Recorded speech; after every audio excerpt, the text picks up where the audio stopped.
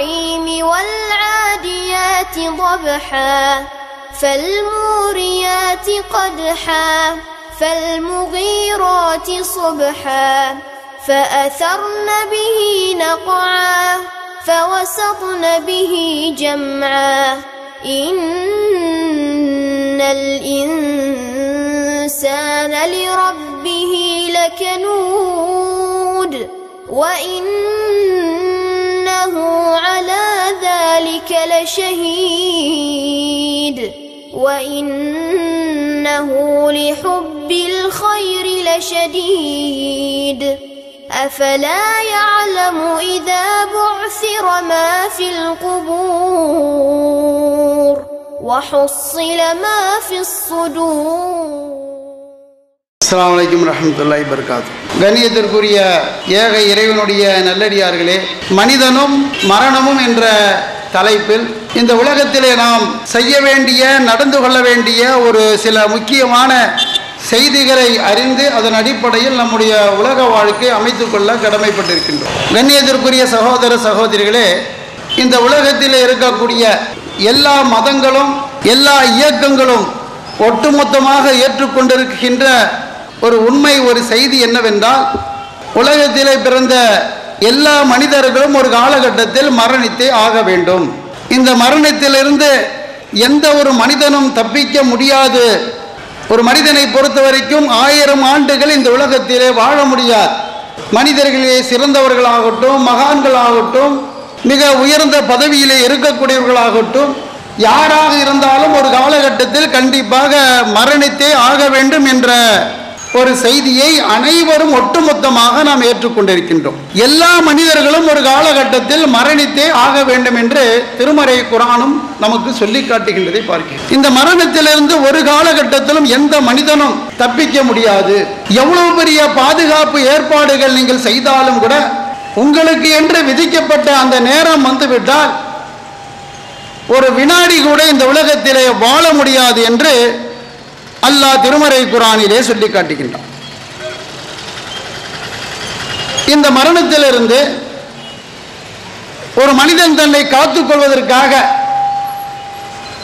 இந்த உலகத்தில் எவ்வளவு பெரிய பாதுகாப்புகள் இருந்தாலும் கூட, நீங்க உறுதியாக கட்டப்பட்டிருக்கின்ற இரும்பு கோட்டைக்குள்ளே இருந்தாலும் கூட உங்களுக்கு என்று ஒரு நேரம் வந்துவிட்டால் நீங்கள் மரணித்தே ஆக வேண்டும் என்று அல்லாஹ் திருமறை குர்ஆனிலே கடுமையான ஒரு எச்சரிக்கையை மரணம் குறித்து எந்த வேதத்திலும் சொல்லாத கருத்துக்களை அல்லாஹ் தஆலா சொல்லி காமிக்கின்றார். மரணத்தை பொறுத்த வரைக்கும் சிலர் விபத்துகளிலே மரணம் அடைவார்கள், நோயிலே பாதிக்கப்பட்ட மரணம் அடைவார்கள். சில மரணங்களை கூட அல்லாஹ் தஆலா ஒரு சில மனிதர்கள் இல்லாமல் ஒட்டுமொத்தமாக லட்சக்கணக்காக கூட சில பேரை அல்லாஹ் தஆலா மரணிக்கின்றார். இந்தியாவிலே பார்த்தோம், குஜராத்திலே ஒரு மிகப்பெரிய ஒரு பூகம்பம் ஏற்பட்டன. அந்த ஏற்பட்ட அன்று கிட்டத்தட்ட 60,000 பேர் 3 நிமிடத்திலே மரணித்தார். அது ஏற்பட்ட நாள் எது? இந்தியாவுடைய குடியரசு,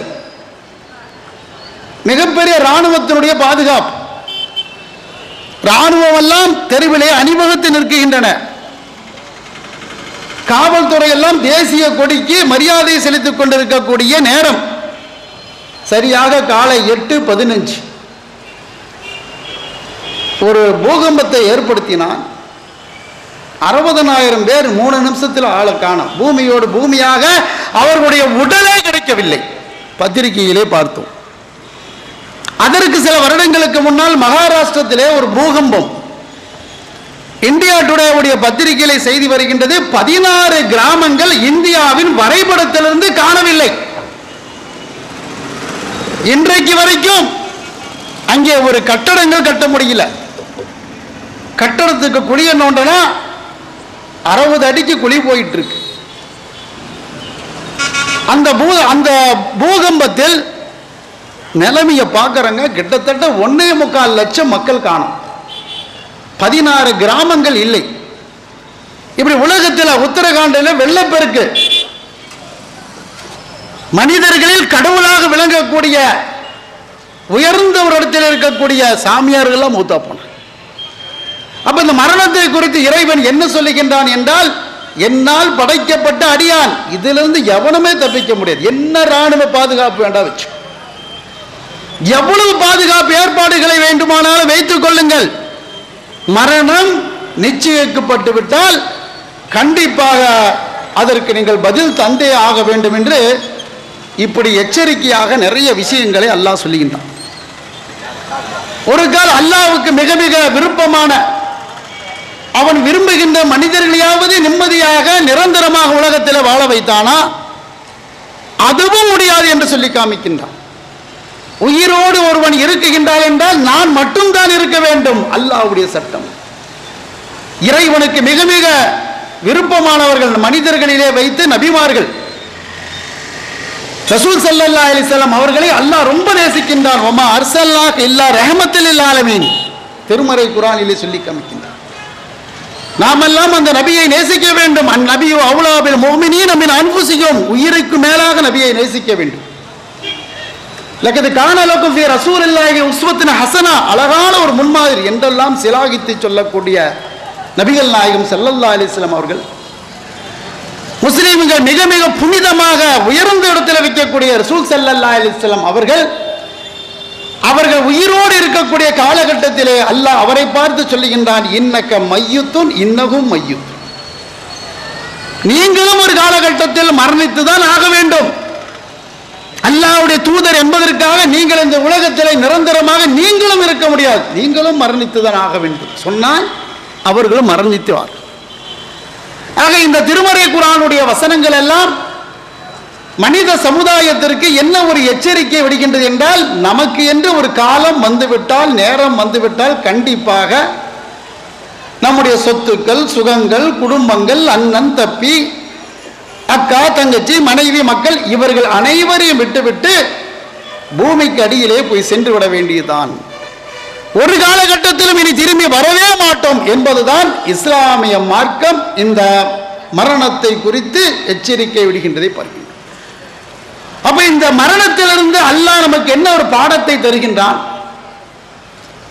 மரணத்திலிருந்து நம்முடைய வாழ்க்கையில என்ன மாற்றத்தை அல்லாஹு தஆலா எதிர்பார்க்கின்றான், மரணம் நம்முடைய வாழ்க்கையிலே என்ன பாதிப்பை ஏற்படுத்தி இருக்கின்றது, மரணத்திலிருந்து நாம் பெறக்கூடிய முக்கியமான ஒரு படிப்பினை என்ன, மரணத்திலிருந்து உலக வாழ்க்கையை நாம் எப்படி அமைத்துக் கொள்ள வேண்டும், எல்லாவற்றிற்கும் சேர்ந்து ஒரே ஒரு பதில் தான். என்ன பதில் தெரியுமா? அல்லதி ஹலகல் மௌத வல் ஹயாத லயப்லுவுக்கும் அய்யுக்கும் அஹ்ஸனு அமலா, மனிதர்களே, உங்களில் உலகத்தில் எவன் நல்லவனாக வாழுகின்றான் என்பதற்காகத்தான் வாழ்வும் மரணமும், அவ்வளவுதான். நம்முடைய அனைத்து உலகத்திலே மரணத்தை குறித்து கேட்கக்கூடிய அனைத்து கேள்விகளுக்கும், ஒட்டுமொத்த மக்களுடைய கேள்விகளுக்கும் ஒரு பதில், நல்லவனாக உலகத்திலே வாழ். இறைவன் விரும்பிய அடிப்படையிலே உன்னுடைய வாழ்க்கை இருக்க வேண்டும். எவன் உனக்கு உயிரை கொடுத்தானோ, எவன் அந்த உயிரை எடுக்குகின்றானோ, அந்த இறைவன் என்ன விரும்புகின்றான், என்ன ஆசைப்படுகின்றான், அந்த அடிப்படையில் உன்னுடைய வாழ்க்கையை அமைத்துக்கொள். இதுதான் மனிதர்களுக்கு மரணம் தரக்கூடிய மிகப்பெரிய ஒரு எச்சரிக்கை திருமறை குர்ஆன் சொல்லி காமிக்கிறது. அப்ப நம்முடைய வாழ்க்கையிலே நல்லவனாக நம்முடைய அனைத்து செயல்பாடுகளும் அல்லாஹ்வுடைய இறைவனுடைய திருப்தியின் அடிப்படையிலே இருக்குகின்றதா? நம்ம மௌத்தா போனாண்டா எங்க போய் சேர போறோம்? இது மாதிரி இன்னொரு பூமிக்கு நீங்க போறீங்களா, அல்லது ரெண்டாவது இன்னொரு அம்மாவுடைய வயிற்றுல போய் ரெண்டாவது உலகத்துக்கு வர்றீங்களா? அட, எவன் உயிரை கொடுத்தானோ அவன்கிட்ட தான் போய் சேரணும். அப்படியானால் அவன் விரும்புகின்ற வாழ்க்கை, நல்லவனாக இரு, நல்லவர்களிலே சிறந்தவர்கள் என்று அல்லாஹ் சொல்வது, இறைவனை ஏற்றுக்கொண்டு அவனிடத்தில் எவனையும் வைக்காமல் நீ வாழ வேண்டும். அதுதான் மிக மிக முக்கியம். உலகத்தை படைத்தவன் அவன், நீ உண்ணக்கூடிய உணவை படைத்தவன் அவன், உங்க அத்தா அம்மாவை படைத்தவன் அவன், நீ உடுத்தக்கூடிய உடையை கொடுத்தவன் அவன். உலகத்தில் நீ என்னென்ன அடிப்படையிலே மனிதனாக சிறந்தவனாக வாழ்கின்றாயோ அத்தனையும் அவன் ஏற்படுத்தியது. நம்ம சாப்பாட்டை நம்ம கொண்டு வரல, அம்மாவுடைய வயிற்றிலிருந்து சுவாசிக்கக்கூடிய காற்றை நம்ம கொண்டு வரல. இந்த சூரியன், சந்திரன், இந்திரன் எல்லாமே நாம வாழ்றதுக்கு முன்னாடி அவன் ஏற்படுத்தி வைத்திருக்கின்றான். அந்த இறைவனை வைக்க வேண்டிய இடத்திலே நீ வை, அந்த இடத்தில் எவனையும் வைக்காது. ஒரு குழந்தை பிறந்த உடனேயே அந்த குழந்தைக்கு சொல்லக்கூடிய முதல் அறிவுரை, வணக்கத்திற்கு தகுதியானவன் அல்லாஹ் ஒருவன் என்று சொல்லு. மற்றதெல்லாம் இரண்டாவது, ஏபிசிடி அதெல்லாம் இரண்டாவது. உன்னுடைய படைத்த இறைவன் அவன்தான் இறை வணக்கத்திற்குரியவன் என்று அவனுக்கு சொல்லுங்கள். லுக்மான் என்ற ஒரு தகப்பனார் தன்னுடைய மகனுக்கு சொல்லக்கூடிய போதனையை திருமறை குர்ஆனிலே சொல்லி காமிக்கின்றார். அல்லாஹ்வை வைக்க வேண்டிய இடத்தில் உலகத்தில் எதையும் வைக்காது. அது மகானாக இருக்கலாம், அல்லது நம்மை விட சிறந்தவர்களாக இருக்கலாம், உலகத்திலே கற்பனையாக இருக்கக்கூடியதாக இருக்கலாம், எதையும் வைக்காது. அவன் ஒருவன் தான் இறைவன் என்று மகனுக்கு உபதேசம் செய்யுங்கள். அந்த குழந்தைகள் எல்லாம் வளர்ந்து ஒரு அளவுக்கு ஆகி அந்த குழந்தைகளுக்கு செய்ய வேண்டிய கடமைகளை எல்லாம் முடித்துவிட்டு ஒரு காலகட்டத்திலே உன்னுடைய மனைவி, பெற்றோர்கள், குழந்தைகளை விட்டு நீ அந்த உன்னுடைய உயிர் கைப்பற்றப்படக்கூடிய கடைசி நேரத்திலே அடைவாய் அல்லவா? அந்த நேரத்திலே அந்த பிள்ளைகளுக்கெல்லாம் நாம் ஒரு உபதேசம் செய்ய வேண்டும். என்ன உபதேசம்? யாக்கூப் நபி தன்னுடைய மக்களை எல்லாம் கூப்பிடுறாங்க. பிள்ளைகளை கூப்பிட்டு, அருமை மக்களே, நான் இறந்து விட்டால் நீங்கள் யாரை வணங்குவீர்கள்? அந்த பிள்ளைகள் சொல்றாங்க, அருமை தந்தையே, உங்களுடைய இறைவன், உங்களுடைய தகப்பனார் இஸ்ஹாக்குடைய இறைவன், அவருடைய தகப்பனார் இப்ராஹிமுடைய இறைவனாக இருக்கக்கூடிய ஒரு இறைவனைத்தான் நாங்கள் வணங்குவோம். 3 பேருக்கு 3 இறைவன் இல்ல, 3 தலைமுறை எந்த இறைவனை வணங்கியதோ அதைத்தான் நாங்கள் வணங்குவோம் என்று திருமறை குர்ஆனிலே அல்லாஹ் சொல்லுகின்றான் அல்லவா? அந்த ஒரு வசியத்தை மக்களுக்கு நீங்கள் செய்ய வேண்டும். ஒரு முஸ்லீம் அவன் மௌத்தாகும் போது கூட அல்லாஹ் தஆலா எப்படி மௌத்தாகணும் குர்ஆன்ல சொல்லி இருக்கிறான் தெரியுமா? சீரும் சிறப்புமா, குழந்தை குட்டிகளோடு, நல்ல வசதி வாய்ப்போடு இப்படியே மௌத்தாக்க சொல்றான். வலா தமூத்துன இல்லா வ அன்தும் முஸ்லிமூன், முஸ்லீமாக நீங்கள் மௌத்தாக. நீங்கள் மரணிக்கக்கூடிய நேரத்தில் முஸ்லீமாக இருக்க வேண்டும். அந்த மரணம் எப்போது வேண்டுமானால் வரும். இப்ப வரலாம், 5 நிமிஷத்துக்கு அப்புறம் கூட வரலாம். ஏன் குஜராத்தில் ஏற்பட்ட பூகம்பம் இந்த செல்வத்துக்கு வரக்கூடாதா? திடீர்னு 2ஆ பொழந்துச்சு, எல்லாரும் உள்ளுக்குள்ள போன அல்லாஹ் விதித்து விட்டால் அதுதான் நடக்க போகுது. அப்படியானால் தூங்கும் போது, விழித்திருக்கும் போது, வேலையிலே இருக்கும் பொழுது எல்லா நேரத்திலும் முஸ்லீமாக இரு, முஸ்லீமாக மௌத்தாகும். அப்ப மரணம் நமக்கு தரக்கூடிய முதல் எச்சரிக்கை என்ன? இந்த உலகத்திற்கு நீங்கள் வந்தது ஒரு இறைவனை வணங்கத்தான். உலகத்தில் இருக்கக்கூடிய சூரியன், சந்திரன், இந்த பிரபஞ்சங்கள் எல்லாம் கடவுள் இல்லை. இவைகளை எவன் படைத்தானோ அவனை வணங்குங்க. மகான்கள் கடவுள்கள் இல்லை, மதகுருமார்கள் கடவுள்கள் இல்லை, நம்மை போன்ற அடிமைகள் தான். அவனையும் அந்த இறைவன் தான் படைத்தான்.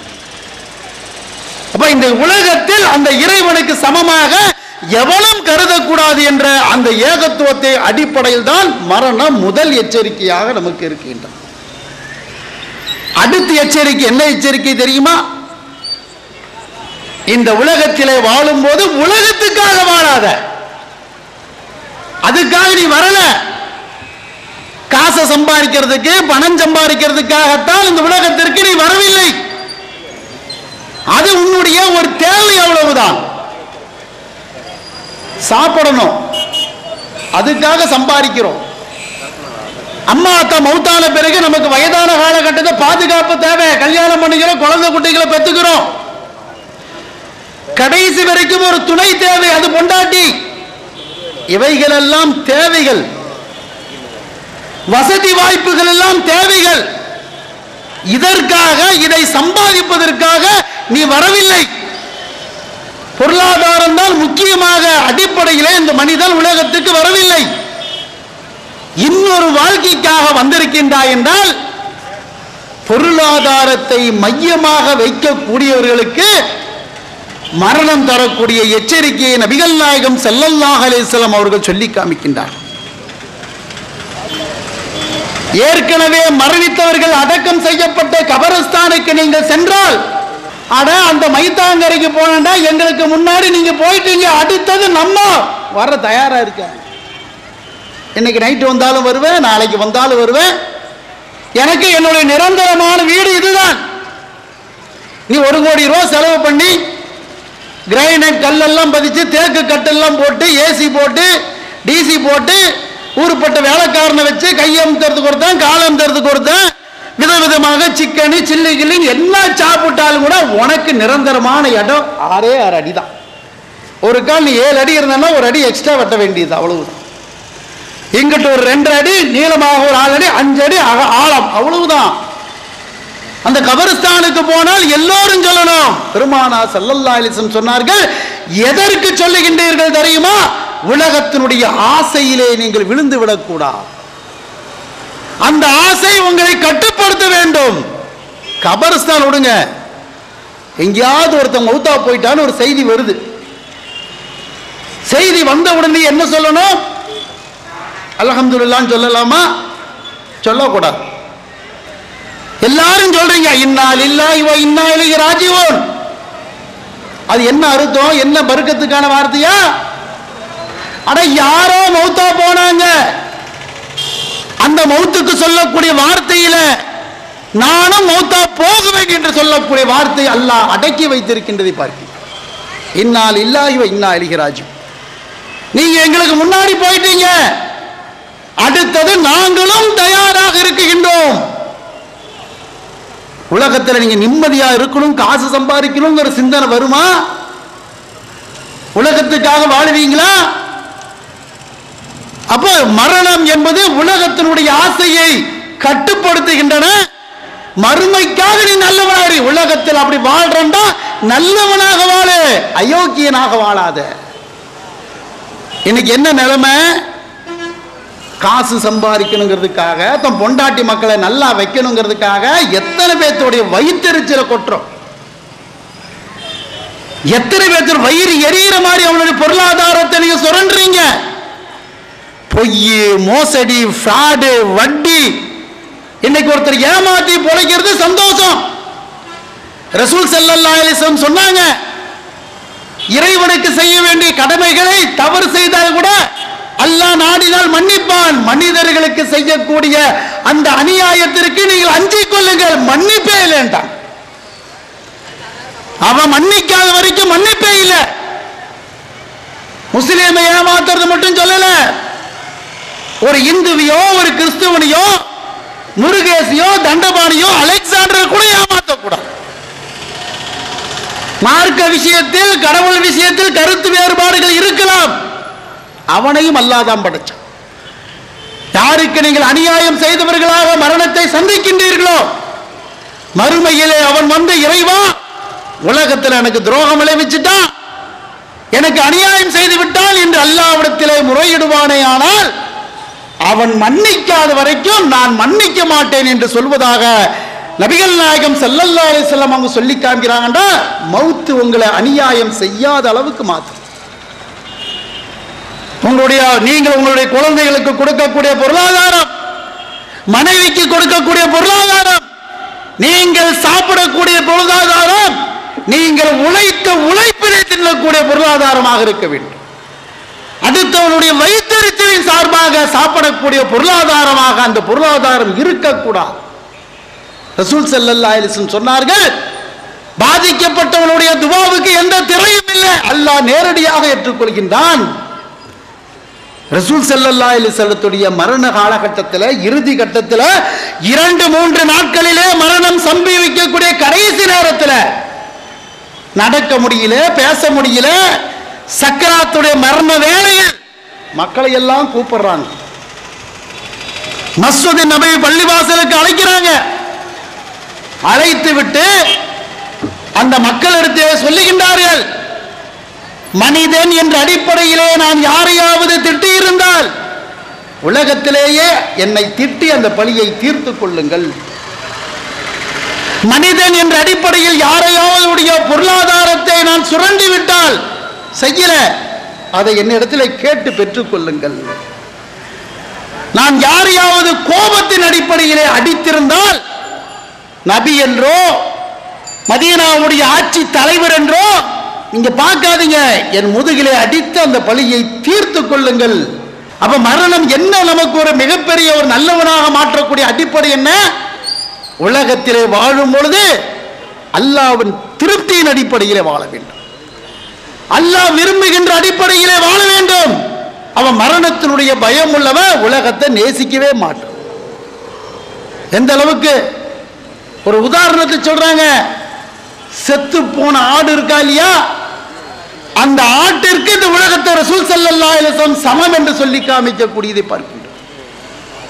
ஒரு நாட்டினுடைய மாமன்னர் ஆட்சி அதிகாரத்தில் இருக்கிறாரு. உமர் ரலியல்லாஹு ரசூலுல்லாஹ்வை சந்திக்கிறாங்க. கட்டில்ல படுத்து தூங்குறார்.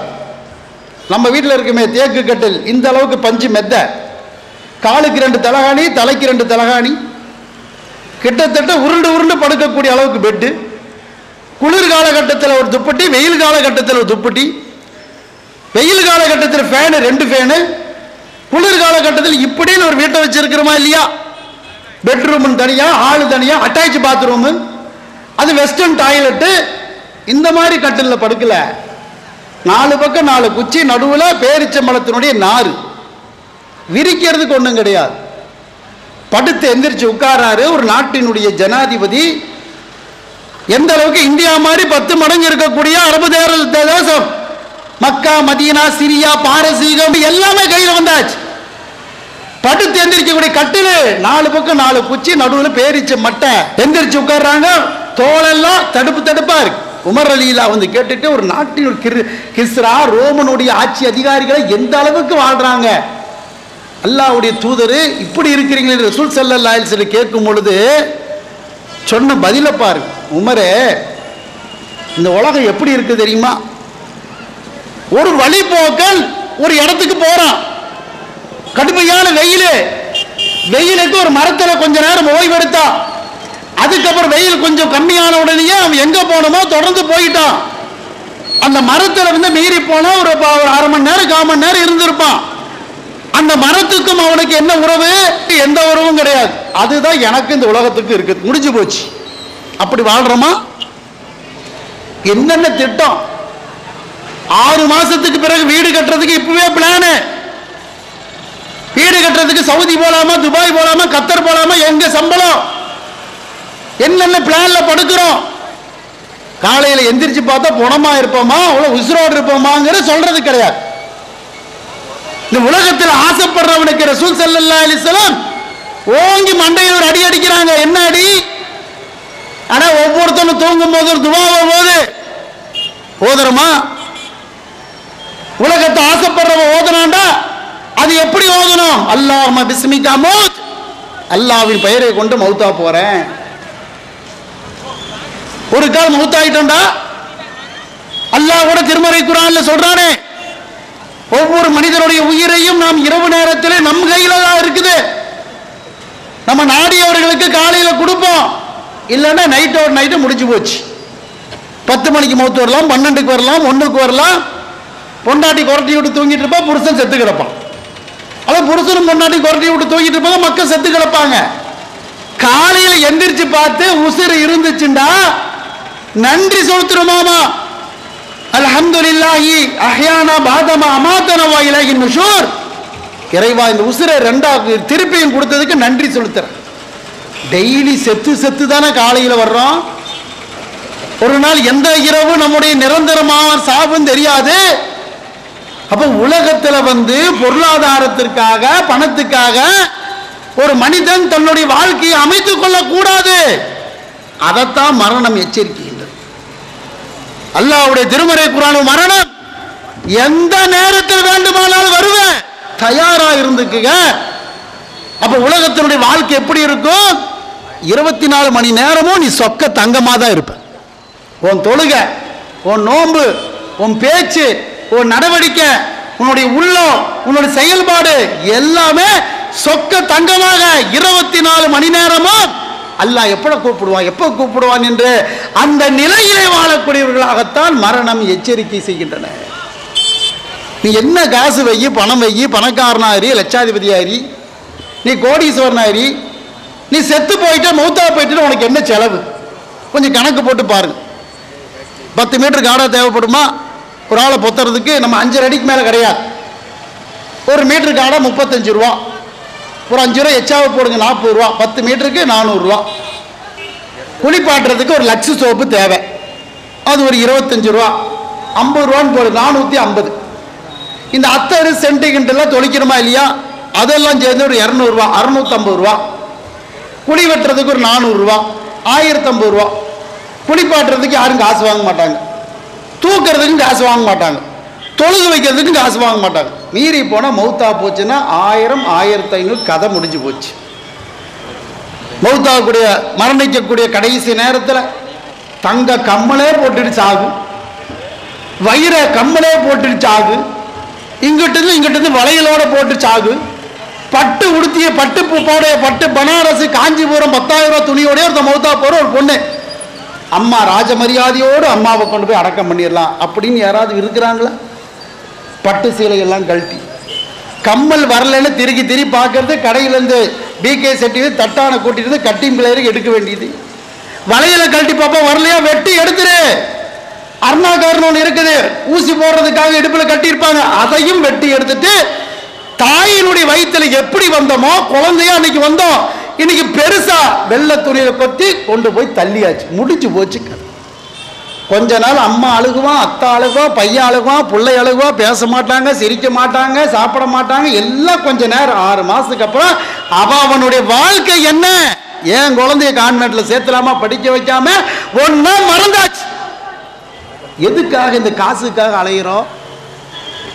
இதுக்காக உங்க காசு எல்லாம் கோடீஸ்வரர் மௌத்தாயிட்டானா அவனுடைய காரு பங்களா எல்லாத்தையும் பக்கத்தில் குடிய வச்சு படுக்கவா வைக்கிறோம்? அட எந்த மகனாகட்டும் மகளாகட்டும் மௌத்தா போயிட்டு, எங்க அத்தா மௌத்தா போயிட்டாரு, எடுத்துட்டு போய் அடக்கம் செய்வதற்கு சம்மதிக்க மாட்டேன்னு எந்த பிள்ளையாவது சொல்றானா? முஸ்லீம் ஆகட்டும், இந்துவாகட்டும், கிறிஸ்துவாகட்டும், எங்க தகப்பனார் இறந்துட்டாரு, அவரை எல்லாம் அடக்க சம்மதிக்க மாட்டேன், வீட்டிலே தான் இருக்கணும், அவருக்கு தனி ரூம் சொல்றானா? அசருக்கா லொகுருக்கா, அதான் பஞ்சாயத்து. மூக்கில் ரத்தம் வருது, வாயில ரத்தம் வருது, எப்படா அத்தாவை தூக்குவேன், அம்மாவை தூக்குவேன். இதுதான் உலகத்தில் இருக்கக்கூடிய வாழ்க்கை. அப்ப அல்லாஹ் என்ன சொல்ற, அல்லது ஹலக்கல் மௌத்தவல ஹயாத்தல எவ்வளவுக்கும் ஐயுக்கும் அவசுனாமல. உன்னுடைய தொழுகை, நீ செஞ்ச இபாதத்து, நீ செய்த வணக்க வழிபாடு, உன்னுடைய தான தர்மம் தான் உன்னுடைய உண்மையான சொத்து. மரணம் உங்களை எச்சரிக்கும். உன்னுடைய காடு, உன்னுடைய காரு பங்களா, உன்னோட வீடு, நீ போட்ட நகையெல்லாம் அதெல்லாம் இருக்கிற வரைக்கும் மரணித்து விட்டால் உன்னுடைய சொத்து என்ன சொத்து தெரியுமா? உன்னுடைய நல்லறங்கள் தான். அந்த அடிப்படையில் இஸ்லாம் மரணம் ஆளச்சோம். அடுத்த மரணம் என்ன எச்சரிக்கை செய்யுது? இந்த உலகத்தில் அல்லாஹ் உனக்கு பொருளாதாரத்தை கொடுத்தது, காசை கொடுத்தது, பணத்தை கொடுத்தது, பசியோடு இருக்கக்கூடியவனுடைய வயிறை நிரம்புவதற்காக கொடுத்தது என்று இஸ்லாமிய மார்க்கம் சொல்லி காட்டுகின்றது. பார்க்கின்றோம். அல்லாஹ் திருமறை குர்ஆனில் சொல்லுகின்றான், மரணம் நினைக்கக்கூடிய கடைசி நேரத்தில் எல்லாரும் சொல்லுவானாமா, கஞ்ச பிசுனாரி, காசு காசுன்னு அலைஞ்சவன், பணம் இருந்தவன், ஈவு இறக்கம் இல்லாதவன், மனுஷ ஜென்மமே இல்லாதவன், மனித மிருகம், பக்கத்து வீட்டில் பசியோடு இருக்கும் போது இங்க உட்கார்ந்து நல்லா தின்றுட்டு இருந்தவன், அடுத்த ஏழை கிழிஞ்ச துணியோடு வரும்போது இவன் நல்ல துணியாக போட்டுட்டு இருந்தவன், இந்த கஞ்ச பிசுனாரி சாகக்கூடிய நேரத்திலே சொல்லுவான், வஅன்ஃபிகு மிம்மா ரஸக்னாகும் மின் கப்லி அய்யாதி அஹதுகுமுல் மௌத் ஃபயகூல ரப்பி லவ்லா அഖர்தனி இலா அஜலின் கரீப் ஃபஸத்தக வஅகும் மினஸ் சாலிகின். இறைவா ஒரு 5 நிமிஷம் நம்மளை விடு, ஒரு 2 செகண்ட் இறைவா. மலக்கு வந்து நிற்பாங்க, வாடா மவனே வா, நம்ம உன்னுடைய நேரம் முடிஞ்சு போச்சு. வந்து நிற்கும் போது சொல்லுவான், இறைவா 1 நிமிஷம் 2 நிமிஷம். எதுக்குடா? என்னுடைய எல்லா விதமான சொத்தையும் உன் வழியில் தான தர்மம் செய்கிறேன். எப்ப அறிவு வருது, எப்ப புத்தி வருது? அல்லாஹ்வுடைய வசனம் சொல்லும் பொழுது, அல்லாஹ்வுடைய தூதருடைய போதனைகள் சொல்லும் பொழுது, மனுஷ மிருகமாக எச்சிக்கையில கூட காக்காவை ஓட்டாத இவன் சாகர நேரத்தை என்ன சொல்லுவான்? எல்லா சொத்தையும் ஒரு வீட்டையோ ஒரு 10,000 ரூபாய் இப்படி சொல்ல, அத்தனையும் உன்னுடைய பாதையில தான தரம் செஞ்சுட்டு வாக்கும்மின சாலியின் நான் நல்லவனா மௌத்தா போறேன் என்று அந்த நேரத்தில் சொல்லுவான். திருமறை குர்ஆனுடைய வசனம். அப்ப புத்தி என்ன புண்ணியம்? புத்தி வர வேண்டிய நேரத்தில் புத்தி வரணும். உலகத்தில் பார்க்கிற அல்லாஹ் நமக்கு நல்ல அழகா கொடுத்திருக்கிறான். காசை எப்படிங்க கொடுக்கிறான்? குர்ஆன்ல சொல்றானா இல்லையா? நான் நாடியவர்களுக்கு செல்வத்தை அள்ளி கொடுக்குகின்றேன், நாடியவர்களுக்கு அளவா கொடுக்கிறேன், நாடியவரை பிச்சை எடுக்க வைக்கிறேன். ஏன் அவனை பிச்சைக்காரன் ஆக்குற? நீ தான தர்மம் பண்ணணுங்கிறதுக்காக, நீ உதவி செய்யணுங்கிறதுக்காக. அல்லாஹ்வின் மீது உண்மையான அன்பும் பாசமும் இருக்குமே ஆனால் ஏழைகளுக்கு உணவு கொடுங்கள், பசித்தவர்களுக்கு உணவு கொடுங்கள், பாதிக்கப்பட்டவர்களை ஆதரியுங்கள். அப்ப அல்லாஹ்ட்ட உனக்கு பாசம் இருந்துச்சுண்டா, உண்மையான முஸ்லிமான் இருந்தாண்டா, உண்மையிலே நீ ஈமான் கொண்டவனாக இருந்தாண்டா, ஏழைகளுடைய வயிறு ரம்பணும். அல்லாஹ் குர்ஆன்ல சொல்லிட்டான். இந்த தொழுகிறவன், நோன்பு வைக்கிறவன், ஹஜ் செய்யறவன், ஈமான் கொண்டவன், மறுமையை நம்புறவன், குர்ஆனை நம்புறவன், மலக்கு நம்புறவன், எல்லாத்துக்கும் சேர்ந்து செருப்படி அல்லாஹ் கொடுக்கிற ஒரு இடத்தை என்ன சொல்றா தெரியுமா?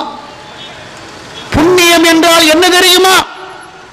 உங்கள் முகங்களை கிழக்கு நோக்கியோ மேற்கு நோக்கியோ திருப்புவது புண்ணியம் கிடையாது. கிப்லாவை நோக்கி தொழுகிறவனை கூப்பிடுறான், தொழுகிறவனை கூப்பிடுறான். அடுத்து சொல்றான், அல்லாஹ் மீது நம்பிக்கை கொண்டு, மலக்குமார்களை நம்பிக்கை கொண்டு, வேதங்களை நம்பிக்கை கொண்டு, மறுமையை நம்பிக்கை கொண்டு, ஏழைகள், யதீம்கள், வழிப்போக்கர்கள், பாதிக்கப்பட்டவர்கள், ஃபக்கீர்கள், மிஸ்கீன்கள், கடனாளிகள், நோயாளிகள் 9 பேத்தை போட்டுட்டு இத்தனை பேருக்கும் எவன் உதவி செய்கின்றானோ அவன்தான் புண்ணியவான் என்ற திருமறை குர்ஆனில் சொல்லி காமிக்கிறான். ஆனா எந்த அளவுக்கு ஒரு மனிதன் உலகத்தில் ஏழைகளுக்கு உதவி செய்யணுங்கிறத தன்னுடைய வணக்க வழிபாடாக சேர்த்து சொல்லி காமிக்கிறான். உலகத்தில் நீங்க எங்கேயும் பார்க்க முடியாது. மௌத்த நம்புறவன், மௌத்த பத்தி அஞ்சறவன் அல்லாஹ் அவனுக்கு எப்படி சொல்றானா, என்னுடைய வணக்க வழிபாடுகளுடைய ஒரு பகுதி ஏழைகளுடைய வயிறு நம்பணும். 2 பெருநாள் கொண்டாடுறீங்களா இல்லையா? உலகத்தில் எல்லாரும் பெருநாள் கொண்டாடுறாங்க. பெருநாள் இல்லாத மதங்களே கிடையாது, பெருநாள் இல்லாத நோன்பு இல்லாத வழிமுறையே கிடையாது. எல்லா பெருநாளை விட இஸ்லாமிய பெருநாளுக்கு என்ன வித்தியாசத்தை தரப்படுது? மற்ற பெருநாள் எல்லாம் துணிமணி வாங்கிக்கோ, புது துணிமணி வாங்கிக்கோ, சாப்பிட்டுக்க, நல்ல ஜாலியா சந்தோஷமா சுத்து. இஸ்லாமிய மார்க்கத்துடைய பெருநாளை பாரு. ரமலானுடைய பெருநாளை அல்லாஹ் சொல்லும் பொழுது, யார் ஒருவர் ரமலானிலே நோன்பு நோற்ற அந்த பெருநாளை கொண்டாடுகின்றார்களோ அந்த பெருநாள் தொழுகைக்கு முன்னால் ஏழைகளுடைய கடமையாக இருக்கக்கூடிய ஃபித்ர் சதகாவை நீங்கள் கொடுக்க வேண்டும். அது கொடுக்கலன்னா திடலுக்கு வராங்கிறாங்க. நீ நோன்புல வச்ச பாவங்கள், நோன்பு ஒருத்தன் தப்பு செய்யறான்டா, அந்த பாவத்துக்கு ஒரு பரிகாரம் தேவை. பாவம் செஞ்சாங்க நோன்புடைய கூலி கிடையாது. அந்த நோன்புடைய கூலி கொடுக்கணுங்கிறதுக்காக நோன்பிலே நீங்கள் செய்த தவறுகளுக்கு பாவ பரிகாரமாக ஃபித்ர் சதகா, ஏழைகளுடைய வயிறு நிரம்ப வேண்டும். அந்த நாளிலே எந்த ஒரு ஏழையும் சங்கடத்தோடு இருக்கக்கூடாது, எந்த ஏழையும் பசியோடு இருக்கக்கூடாது. அன்னைக்கு நீ பிரியாணி சாப்பிட்டா அவனும் பிரியாணி சாப்பிடணும், அன்னைக்கு நீ கஞ்சி குடிச்சா அவன் கஞ்சி குடிக்கலாம். அடுத்தது ஹஜ்ஜி பெருநாள். ஹஜ்ஜி பெருநாள்ல கூட குர்பான் கொடுக்கிறீங்க, ஆடு மாடு ஒட்டகம். குர்பான் கொடுத்த பிறகு வலாக்கின் யனாலா தக்வா மின்கும், அல்லாஹ்வுக்கு கரியும் வேண்டாம் ரத்தமும் வேண்டாம், அவன் சாப்பிட மாட்டான். அந்த ஆடு மாடுடைய தோல் இருக்குல்ல, அது கட்டி போட்டு இருக்கக்கூடிய கயிறு, அதனுடைய எலும்பு, அது அனைத்தும் ஏழைகளுக்குரியதுன்றாங்க ரசூல் ஸல்லல்லாஹு. பள்ளிவாசல் கட்டுவதற்கு கொடுக்க கூடாது, மதரசா கட்டுவதற்கு கொடுக்க கூடாது.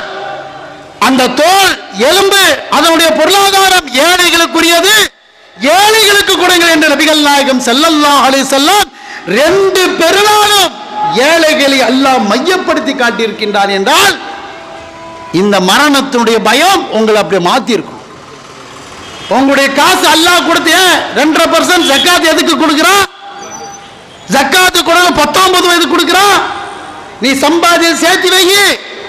2% உன் காசு கிடையாது, அது உனக்கு ஹராம். ஏழைகளுடைய காசு ஏழைகள் வயிற்றுல போகணும்.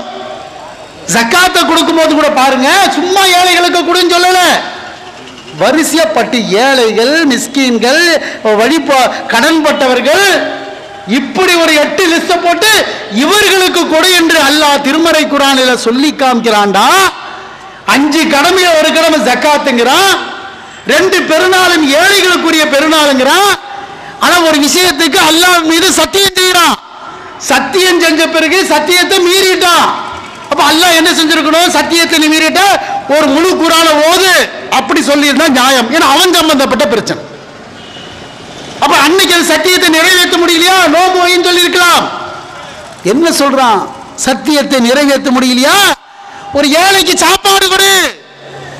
அப்ப அல்லாஹ்வுடைய தூதர் நபிகள் நாயகம் ஸல்லல்லாஹு அலைஹி வஸல்லம் அல்லாஹ்வாகட்டும் ஒரு மவுத்தினுடைய பயம் ஒருத்தனை கொண்டு வந்து எப்படி நிறுத்தணும்? சாகிறதுக்கு முன்னாடி நம்ம செய்ய வேண்டிய கடமையை செஞ்சிடணும். இதையெல்லாம் சுமந்து கொண்டு வரக்கூடாது. அப்படி மவுத்து உங்களை மாத்தி இருக்குதா? அந்த மவுத்தினுடைய பயம் உங்களுக்கு இந்த சிந்தனையை ஏற்படுத்தி இருக்குதா? ஏன்னா நம்ம மட்டும் நல்ல சாப்பாடு சாப்பிட்றோம், பக்கத்து வீட்டுக்காரன் கஞ்சியை குடிக்கிறான், அல்லாஹ்வுக்கு பயப்படணும். நாளைக்கு மவுத்து வந்தா இந்த பாவத்தை சுமந்துட்டு போனோம். அவனுக்கு சாப்பாடு கொடுக்க சொல்லுதா இல்லையா ரசூல் ஸல்லல்லாஹு அலைஹி வஸல்லம்? சொன்னாங்களா இல்லையா? ஆனா நீ சாதாரண ஒரு கஞ்சி வேற ரசம் வை பக்கத்து வீட்டுக்காரனுக்கு கூட. ஏன்? அல்லாஹ்விடத்திலே அவன் கையேந்தி விடக்கூடாதாம். அப்ப இஸ்லாமிய இந்த மவுத்தினுடைய சிந்தனை நம்மளை இப்படி மாத்தி இருக்குதா? அல்லாஹ்வை வைக்க வேண்டிய இடத்துல நான் எவனையும் வைக்கல, அப்படித்தான் நான் வாழ்றேன். என்ன பிரச்சனை வந்தாலும் லா இலாஹ இல்லல்லாஹ் அதோடு மௌத்தாகுவேன். அப்படி மௌத்து உங்களை மாத்தி இருக்கு. என்ன கஷ்டம் வந்தாலும் சரி, துன்பம் வந்தாலும் சரி, அவன் தான் தர்றான். நோயை கொடுக்கிறானா? அல்லாஹ்வை தவிர வேறு எவனிடத்திலும் நான் கையேந்த மாட்டேன். அந்த நோயில செத்தாலும் பரவாயில்லை. அப்படி இருக்கணும் ஈமானுடைய. நோய், கஷ்டம், துன்பம், பசி, பட்டணம், மரணம் எல்லாமே அல்லாஹ்வுடைய ஒரு சோதனை. இது எல்லாம் வரும்போது என்னுடைய ஈமானை இழக்க மாட்டேன் என்ற அந்த உறுதி நம்மள்ட்ட இருக்கா? ஒரு சின்ன காய்ச்சல் வந்து அல்லாஹ்வுக்கு நான் தான் கிடைச்சேன், அந்த நிலையை மௌத்தா போனேன்னு வச்சுக்க, உன்னுடைய உலக வாழ்க்கை மறுமை வாழ்க்கை நாசம். நோய் அல்லாஹ்விடத்தில் இருக்குது. எங்க தாயத்து தகுடை கட்டு எவன் காலிலே விழுக மாட்டேன். செத்தவன் பொழைச்சவன் நிக்கிறவன் படுத்தவன் எவன் கேட்க மாட்டேன். அல்லாஹ் அவன் தான் நோயை தருகின்றான், அவனிடத்தில் தான் கேட்பேன். இதுதான் மரணம் உங்களை உச்ச. அப்படிப்பட்ட மரணத்தை எதிர்பார்க்க. மரணத்தை ரசூல் ஸல்லல்லாஹு அலைஹி வஸல்லம் எப்படி எதிர்பார்க்க சொல்றாங்க? நான் அல்லாஹ்வுக்காக வாழ்ந்தேன், அவன் சொல்கின்ற அடிப்படையிலே நடந்தேன், அவன் ஒரு கால் எனக்கு அந்த மரணத்தை ஏற்படுத்துவானேயானால் நிச்சயமாக நான் மூமினாகத்தான் மௌத்தாகுவேன், அல்லாஹ் என்னை கைவிட மாட்டான் என்ற உறுதியான நம்பிக்கை நமக்கு இருக்கா? அப்படி நம்முடைய வாழ்க்கை இருக்குதா? அப்ப உலகத்தை பொறுத்த வரைக்கும் பொருளாதாரம், மரணம் எச்சரிக்கை செய்ய. எப்ப போய் எச்சரிக்கை செய்யுது? இங்க உயிர் வந்து நிற்கும் போது கத்தற இந்த இடத்துல மரணம் எச்சரிக்கை செய்கிறது. இப்படி திருமறை குர்ஆனுடைய வசனத்தை பா. இன்னும் இன்ஷா அல்லாஹ் இன்ஷா அல்லாஹ் எல்லாரும் சொல்றோமா இல்லையா? அது என்ன மங்களகரமான வார்த்தையா, பர்க்கத்தான வார்த்தையா? அது சொல்லிட்டா வீட்டில் அப்படி பர்க்கத்தெல்லாம் வந்து அப்படி குமியுமா? எல்லாரும் இன்சா எல்லாம் என்னமோ பிஸ்மில்லாஹிர் ரஹ்மானிர் ரஹீம் மாதிரி சொல்லிட்டு இருக்கிறான். ஆனா இன்சா எல்லாங்கிறது 10 மணிக்கு சாகணும், 11 மணிக்கு சாகணும், 12 மணிக்கு சாகணும் சொல்லக்கூடிய வார்த்தை. கல்யாண பத்திரிகையில இன்ஷா அல்லாஹ் மேல போடுவாங்க. எந்த ஒரு நிகழ்ச்சி நடத்தாலும் இன்ஷா அல்லாஹ் போடுவாங்க. எதுக்கு போடுறோம்? அடுத்த வாரம் ஞாயிற்றுக்கிழமை இந்த பையனுக்கு இந்த பிள்ளைக்கும் கல்யாணம், இந்த மண்டபம், இத்தனை பேருக்கு சாப்பாடு, மேலே இன்ஷா அல்லாஹ். ஏன்? அல்லாஹ் நாடுனா தான் அவன் பொண்டாட்டியா வர முடியும், இல்லாட்டி நான் புருஷனா வர முடியும். திடீர்னு கல்யாண மண்டபத்துக்கு வண்டியில போறான், ஆக்சிடென்ட் ஆச்சுன்னா அவன் வேற பிள்ளையை தான் கல்யாணம். மண்டபத்தில் போய் உட்கார்ந்து பிறகு பொண்ணுக்கு ஹார்ட் அட்டாக் வந்து முடிஞ்சு போச்சு. அப்ப இன்சா எல்லாம் சொல்றது பர்க்கத்துக்கு கிடையாது. இன்னைக்கா நாளைக்கா நாளா நாளைக்கா நைட்டா காலையிலையா அப்படி மரணத்தை நீங்கள் எதிர்பார்க்க. அப்ப மரணம் உங்களிடத்தில் என்ன எதிர்பார்க்குது? நல்லவனா வாழுங்க, அல்லாவுக்கு பயந்து வாழுங்க. எந்த நேரம் வேண்டுமா வரணும். பொருளாதாரத்துக்காக வராதிங்க, காசுக்காக உலகத்தில் வாழாதீங்க. நம்ம எல்லாம் இன்னொரு வாழ்க்கைக்காக தயாரா இருக்கிறோம். இங்க மௌத்தானண்டா அடுத்து போய் படுக்கக்கூடிய இடம் கபரஸ்தானு. அங்க ஃபேன் இருக்காது, ஃப்ரிட்ஜ் இருக்காது, எந்த துணையும் இருக்காது. இங்கிட்டு மண்ணு இங்கிட்டு மண்ணு, மேலையும் மண்ணு மேலையும் மண்ணு. அதை நினைத்து நினைத்து நம்முடைய வாழ்க்கையை அமைத்துக் கொள்ள வேண்டும். மரணம் இப்படி மனிதர்களை மனமாற்றத்தை ஏற்படுத்தக்கூடியதாக இருக்கணும்.